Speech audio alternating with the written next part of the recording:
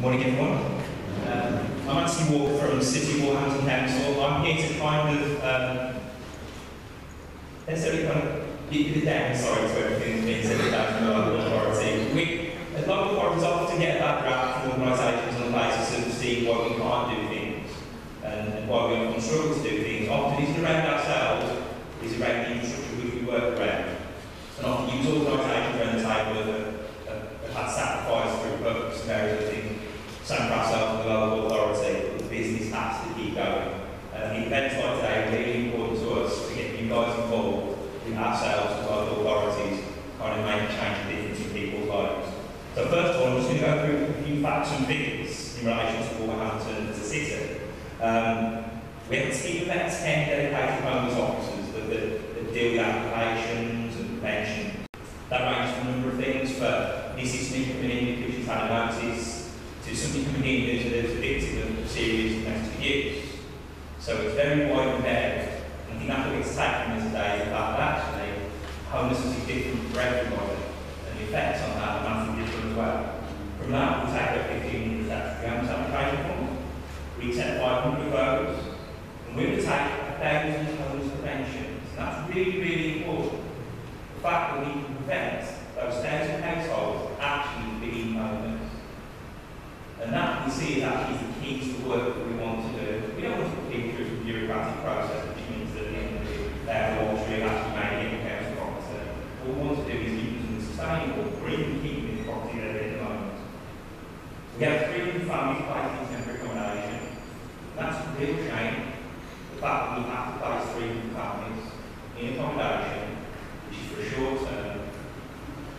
Offering them support and offering them, often in most cases, their own bathroom, their own living space. However, it's still 300 families for an average of 10 minutes. For what the causes, biggest cause nationally at the moment is energy shortage or housing. It's the private sector for us. People being asked to leave and certain notified their landlords is the biggest reason for homelessness and has crept up massively over the last few years. Friends and family asking people to leave. And it's violent relationship breakdown.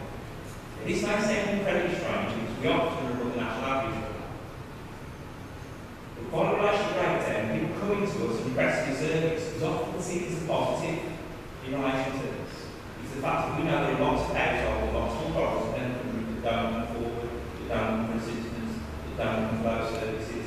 And actually, more people that we see, more people that we can help, actually can be deemed as positive.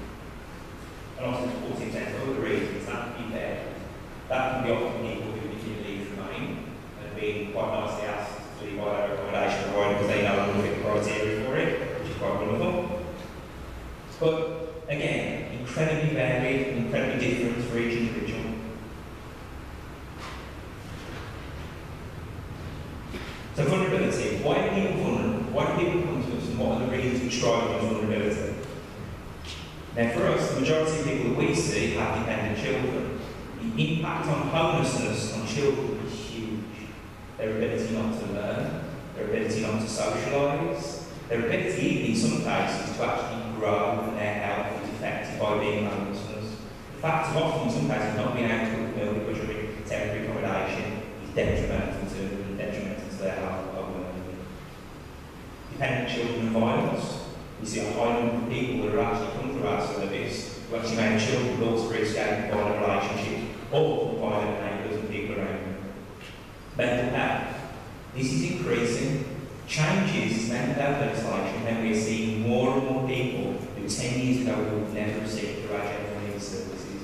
These are people who have major levels of severe mental health, which mean they often struggle to be in the community, and we're expected to accommodate those people in the surroundings of what we have available. Pregnancy and other reasons. There are a variety of reasons why people can be vulnerable. Often those can be due to somebody's immigration status make them vulnerable, somebody's learning difficulties, or even physical health conditions can make them vulnerable. We've seen over the last few years people come to us for accommodation who've been evicted by accommodation providers in wheelchairs, people in missing. Ex-service and ex-service personnel, we've seen a variety of people for a variety of reasons. That's the map of Wolverhampton. it looks better in that in some cases than it does in reality, but Wolverhampton is a widely diverse area, but often the concentration of homelessness is in certain areas. And often if we got that map and put that map over a map of deprivation, it would show that as well. So what we're seeing is homelessness and poverty are often linked. Now, it's not to say that people who have large wealth are ever homeless. They are, but often what they can do is buy themselves out of homelessness. What Matthew mentioned is the fact that actually the social network around yourself can help. Also, economics helps massively as well. And some of the people we're often seeing at the moment have no recourse whatsoever. People with no recourse to public funds, no access to that. We're seeing a high level of destitution we've ever seen before. You might be right. Now, homelessness is across the board. It doesn't just affect people in age. We're seeing more and more people now. The teenagers 75 and 99 years of age who are homeless who come to the service. For a country that we are, that's quite shocking, the fact that we're seeing people come to us at that age who are homeless and in need of services. But that's a real worry for us. The fact that we're not protecting some of the most vulnerable people in our society is a real concern.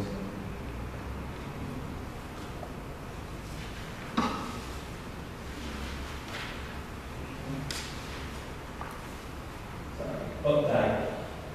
What's happening? What's happening across the board as far as awareness is concerned? We've seen an increase in rough sleepers. As Matthew mentioned earlier on, rough sleeping has increased rapidly across the country. In particular, we've seen an increase in Wolverhampton. We've seen high levels of people with no access to public funds. We've seen people with long-term substance misuse issues. We've seen an increase in female rough sleepers, which is something we never thought we'd ever see in Wolverhampton, given some of the services that we have. But we're now seeing an increase in that as well. However, our response is often a difficult one. We're now seeing people that we're offering accommodation to don't want to take accommodation. And the reason for that is it's more than about just having a roof over your head. It's about the support networks that are in place. And we have to put everything in mind that bricks and mortar aren't the answers to everything.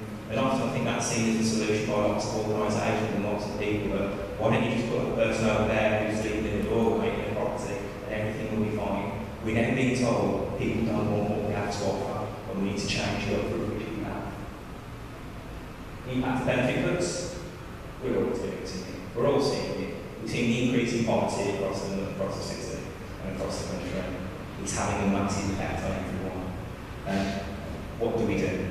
How do we assist people when actually financially they can no longer afford sustainable accommodation?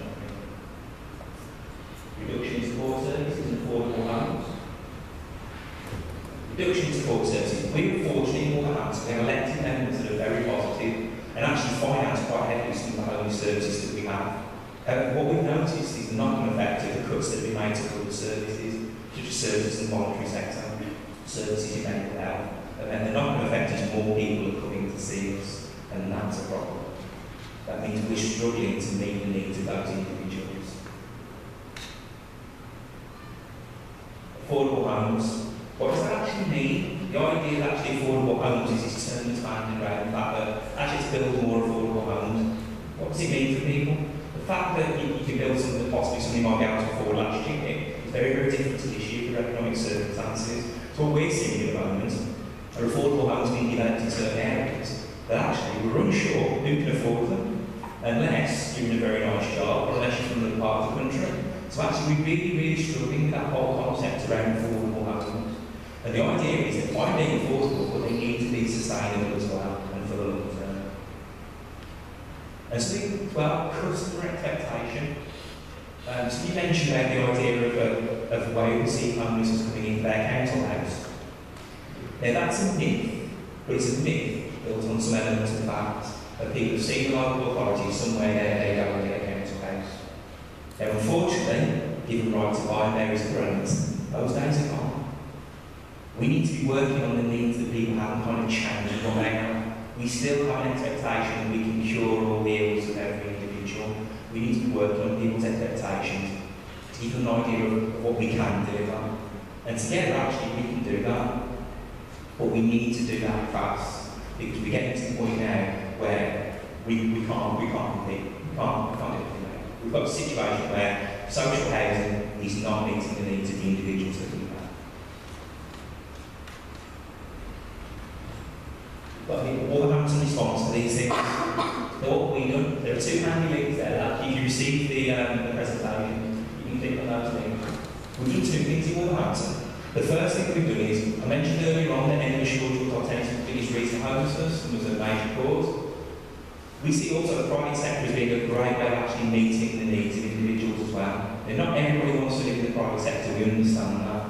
And often the reason why people don't want to live in the private sector, we can probably name are rents are too high, tenancies are too short, I just want to buy the property in some cases we often hear, but not as much as we used to. And revenue confidence is about improving the standards of the private sector for everybody. And as it said, it's giving people confidence in actually renting in the private sector. We want good quality landlords. We want landlords that really offer long-term tenancies, long-term affordable tenancies, and that's what revenue confidence is about. Revenue confidence is a star rating system, and it means that landlords are star rated on three aspects. The first aspect is their property standards, because we want the properties to be good. Second aspect is their management standards. It's great with wonderful properties, but if you're knocking on the door every 5 minutes telling the tenant you want them out, that's how. And the final standard is actually social investment. What's the landlord doing for Wolverhampton as a whole? Is he working with social services clients? Is he working with our clients? Is he working with services around the kids clients? And all of that creates a star rating for a landlord. And once those star ratings are there, that person then can look onto the revenue confidence portal and find landlords that meet the needs of them. Final thing for us is that the final thing is alternative giving, which is really important to us, is the fact that lots of stuff's been banning around people begging and people out there on the streets. We want to divert the money that's going to people on the streets into the organisations that can use it to make a difference to those individuals. Unfortunately, we have to be honest, some of that money is going to people's drug dealers. We have to be honest about that. And the fact is we want to divert that money to help those individuals to change their lives. And the only way we can do that is through the organisations actually benefiting that. We have a very, very generous public in Wolverhampton who are willing to donate quite handsomely. We want to use that resource to make a difference to those individuals and change their lives. And it's not about vilifying the people that are there, but it's about making a difference to those individuals. As Matt said earlier on, the joint approach. It took me just said to me 10 years ago that we'd be working with some of the organisations that we're working with now. Probably would have. Honestly, probably would. The fact is, local authorities tend to only work with services in which they Qualities Commission or housing associations or organisations that have long been established. We often saw food banks as something that was quite nice but wasn't necessary. However, over the last 10 years, they've become so important to the infrastructure of how we deliver services in the system. And I think that needs to be commended from organisations such as yourself and food banks, for instance. That includes Matthew's organisation as well, who have been involved with for a number of years. The fact is, they're now a major part of all the work that we do across the city of Wolverhampton.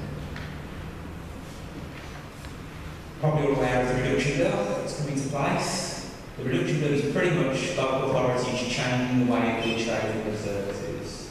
It's looking at meaning we do more prevention, it's meaning we look at individual plans, and it's generally just looking at us being able to help more.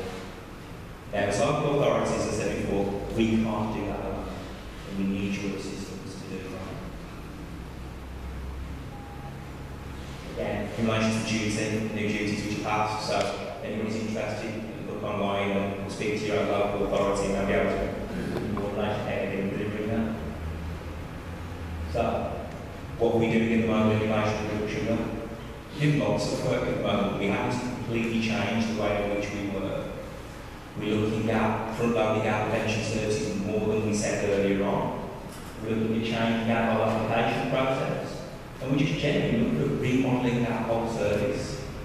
But that's an important piece of work of which we need you, the organisations, to help with. And I think that's why events like today are really, really important. We can't do this alone and need your guys' help. And that's it from me, really. But to say, the reason why I think events are really important today is to get ideas, is to share ideas, is to share information. is to learn from each other and to understand that actually the nature of families is bigger than just about four walls. It's about the difference that we can make, it's about the support that we can give, and it's about each of us as individuals trying to do the best that we can.